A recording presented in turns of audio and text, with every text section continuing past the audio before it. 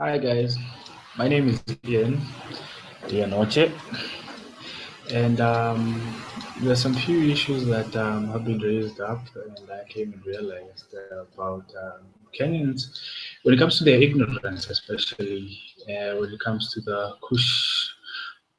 Cushite group. When I talk about Cushite, there's the Somali, and there's the Borana, there's the Rendile, and so on and so forth. So I wanted to educate some of the Kenyans so that they can understand more about people from our home area. Me, I'm from Marsabit. My father is Burji. That's the tribe which I'm from. But I don't want to talk about myself. I want to talk about that area. I want people from Central and Western and Nyanza and Rift Valley and Mombasa coast regions to understand and know that there are communities out there and they have to know that their Boranas are like this and the Bujis are like this. I want them to understand. I want you guys to understand the demographics that come into play also. I want you guys also to understand issues like the tribal clashes which are going on and what are causing them.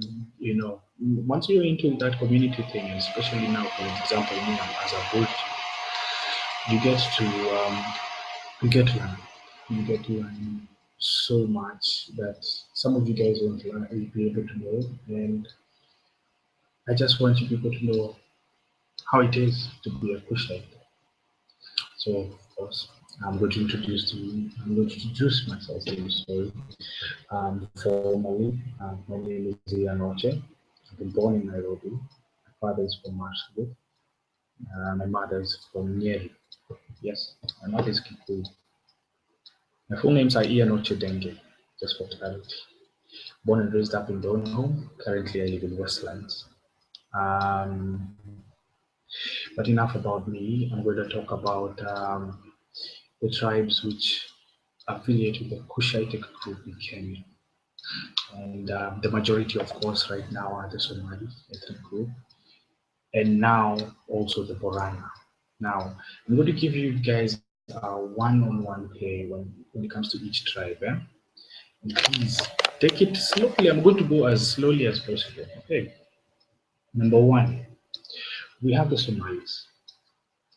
The Somalis, majority of them are in the northeastern region of the country. We're talking about Garissa. We're going to talk about Dadaab. We're going to talk about Wajir. We're going to talk about Mandera. Those other places which are under the Dadaab, like Dagale or Ifo, and so on and so forth. So the northeastern region of the country is mainly predominantly Somali. We have the Borana. Now, the Borana, majority of them come from the upper eastern region of the country. When I say upper eastern, it is eastern province. This is one of the biggest problems that I usually always had when guys usually sat down and talked, and then they are like, "Oh, you're Burji, you're Borana." Actually, most people don't even know what Burji is. I would explain everything about that tribe for you guys. Okay, now one thing about the Borana is most of them stay in the upper eastern region of the country. That is the eastern province, not the northeast. There are people who have intermarried and have gone to the northeastern part, but majority of them are in the upper eastern region of the country. We're talking about Isiolo, go all the way up to Marsabit, go all the way up to Moyale. Yeah. So majority of the upper eastern, they actually form a huge block of people when it comes to in terms of population and numbers in upper eastern. In terms of the Cushitic groups in the upper eastern, the Borana are the predominant. They are the most. In terms of numbers, they are the most. Then we have the Rendile. Remember, Kisit started with the Somali. When I go to the Borana, I go to the Rendile.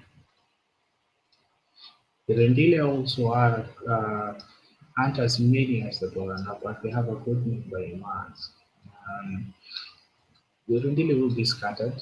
They will be some of them in Isiolo, some of them you will find them in Naralal, some of them you will find in Arches Coast, and all the way up to Moyale. They are a bit scattered here and there, but they are a good number of majority of them in upper eastern region. Okay. Then we're going to go to the Gabra. Gabra. Well, some people usually confuse the Gabra and the Borana, but it usually is taken as an offense if you do that, especially on their side. So, of course, you have to give respect where it's due. Um, the Gabras, you'll find them also in the Upper Eastern region. And okay, in my opinion, it might be wrong, is that they are direct cousins to the Borana. Then we also have the Burji. Now, the Burji is not right. Um, Burjis, majority of them, you find them, of course, yes, in the Upper Eastern region, as I said before. And you'll find them in Marsabit, in Moyale. Moyale, there's a huge concentration, especially in a place called Manata Burji. Okay. And I'm going to mainly talk about now those tribes which I've actually captured right now. And since I've given you a slight highlight about that, I want to give you a social economic background of these tribes. We look at the Gabras, for example, Omberendile and the Korana. Majority of them are pastoralists. And you'll find sometimes that there will be clashes here and there. You see, there are political clashes based on political affiliations, which is actually grounded on tribal lines, yes. But then again, there is also that issue whereby it comes to like pastoral land. Land is a huge issue, not only in the coastal regions or in the Nairobi area or in Yarra, it's everywhere, even in Upper East, even Northeast. So grazing land is a huge issue when it comes to when it comes to tribes which are pastoralists, communities which are let me use communities which are predominantly pastoralists. And there was clashes a few weeks ago between the Gabra and the Somali communities on pastoral land. And, it becomes harder. And this is one of the things I have a problem with when it comes to the government and this thing that they put in their land policy, not even the land policy, the constitution when it comes to community land. Community land usually brings a huge problem because it now emanates tribalism. You see, it emanates tribalism in terms of this is a community's land. Okay. There is no way that a person as a pastoralist will just sit there and let his livestock die. And he knows the other side, they use greener pastures for his livestock. Pastoralists will always walk around from A to B. That is a must. Now, this issue about community land really brings about a lot of problems. I wish the government would actually sit down and look for another way to go around it. Community land has more cons than pros, in my opinion. So yes, the Puranas, the Gabra, the Somali are pastoralists. Okay, let's go to the Burjis. Burjis, majority of them are farmers. Burji is a farming community. Now, people don't understand that. People actually look at if you are a Cushite, automatically you have to be a pastoralist. No, it does not work like that. It doesn't work like that. So it depends where you're from, and it comes from generation, where you're taught this and this and that by your ancestors. And it goes passed on to your father and all the way down. Mine is different because I'm born and bred in Nairobi, so I can say I'm a farmer. I tried farming once, but it didn't go well. So that's the thing. Now, Burjis are farmers, and they are also found in a place in Ethiopia called Burjigar. There's a lot of Burjis, and then there's really, really good fertile land there. So most of them are farmers. Okay. And they're protecting farming, subsistence farming, and sometimes even selling in terms of economic waste of food and the potatoes for their livelihood. So those are the main things that you're supposed to look at when it comes to the communities which come from those areas of Upper Eastern. It is not. It is not. How can I explain? It's. It's not as hard as people think it is. Hmm. The socio-economic activities for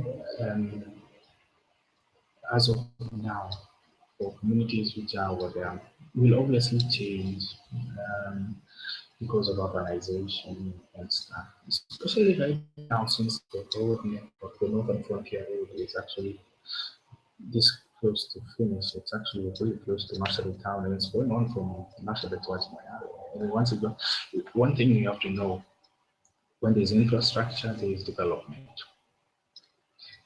and when there's development, things change. People will end up maybe looking for a better way of income instead of pastoralism and maybe selling or buying houses and boats. They prefer to put in a business here and there. Right now, let me tell you something. The amount of growth that is going to be happening in much of its town will be immense, absolutely immense. It's one of the towns which you have to look at.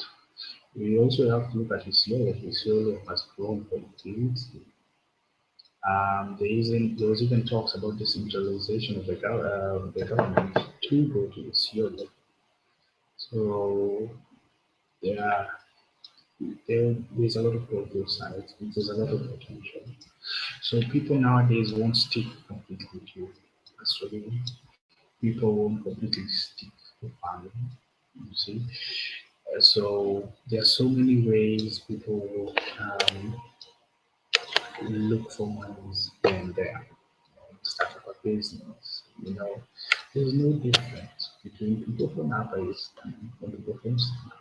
People are like-minded. People who've grown there. There's a generation which has come about from there. They're really educated, very educated, by the way. And most of them, of course, they will focus on business enterprises or white collar jobs. So many of them have reached the markets here in Nairobi, and they're working also for government offices, obviously. And so things are changing those sides. And when you look at things like demographics, and say about demographics, I talk about age, gender, religion. We look at things like that in the Upper Eastern region. Our bloc, per se, for example, we look like age. The majority of the people there, as the norm for third world countries, is the majority of the people who are living there are children. They are the majority population there. And there's the children, and there's the middle-aged, and there's the elderly. That is like a common core thing which you'll always find in any area, even in central province, even in Kisumu, maybe in Western or Nyanza. In any third world country, most third world countries, I can't be biased. So in most third world countries, you will find that you will find that majority of the people, the population, sorry, are children. And then after that, then the middle ages, then the elderly. So that is like quarter bit of the population. When it comes to religion, in the Upper Eastern region, is the majority religion is Islam. Islam has been there for a while, for a long while. But then again, there's a good number of Christians in that region. Good number of Christians in that region. For Northeastern province, um, they are not as many. They are very few, countable. But in Upper Eastern or from Isiolo all the way to Moyale, they are very many, very many. And that's one of the major things that I had a problem with when I talk to people who are coming from other areas of the country, maybe Kitwari, whichever, and they'll come and say, "You're from Marsabit?" Yeah. So automatically they think that you're a Muslim. It doesn't work like that. We've lived together as brothers and sisters for so long. You might even not know this one is a Muslim and this other one is a Christian. And it's one of the most loveliest things I went through when I first went to Marsabit when I was young.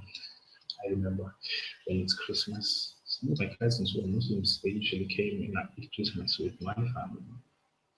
And when it was time for Eid, I remember I went to one house when I was young.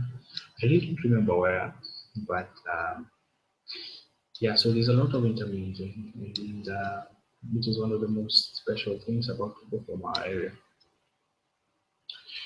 Well, um, I'm going to stop from there. This is just a trial, to be honest. I just wanted to give you some bit of information when it comes to Cushite. The next time I'm going to come on, I'm going to come live stream. I'm going to explain more about Marsabit. I'm going to explain about the political situation in Marsabit, Isiolo, in the island, which is under Marsabit County.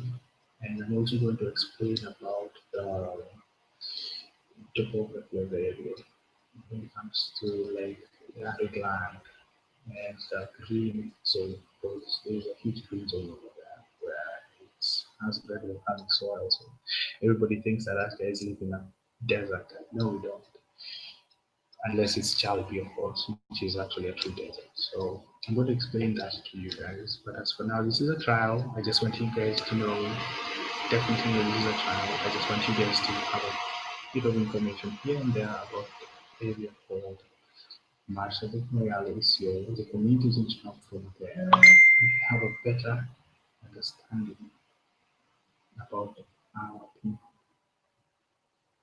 Thanks. Thanks for listening, guys. Hope to see you soon. God willing tomorrow.